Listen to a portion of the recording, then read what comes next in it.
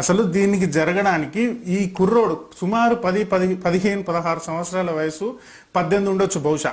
18 సంవత్సరాల వయసు ఉన్నటువంటి ఇద్దరు కుర్రోళ్ళు మొబైల్ వాడకం తెలిసిన వాళ్ళు, వాట్సాప్ వాడకం తెలిసిన వాళ్ళు, ఫేస్బుక్ వాడకం తెలిసిన వాళ్ళు, లోకజ్ఞానం లేని వాళ్ళు ఏం కాదు. ఈ లోకజ్ఞానం అందరికీ ఉంది. ఈ కాలంలో 18 సంవత్సరాల పిల్లవాళ్ళకు కూడా లోకజ్ఞానం ఉంది. ఈ లోకజ్ఞానం లేని అమాయకులు వీళ్ళు అనుకోవడానికి కూడా అవకాశం లేదు.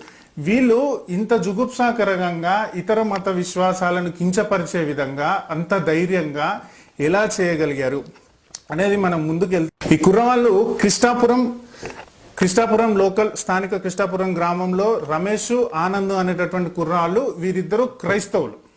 ఈ ఇద్దరు పిల్లలు క్రైస్తవులు, స్థానిక చర్చి పాస్టర్ దగ్గర పనిచేస్తారు అని చెప్పేసి లోకల్గా అక్కడికి వెళ్ళిన మన హిందూ సోదరులకు తెలిసింది ఈ విషయము, ఎంక్వైరీలో తెలిసింది.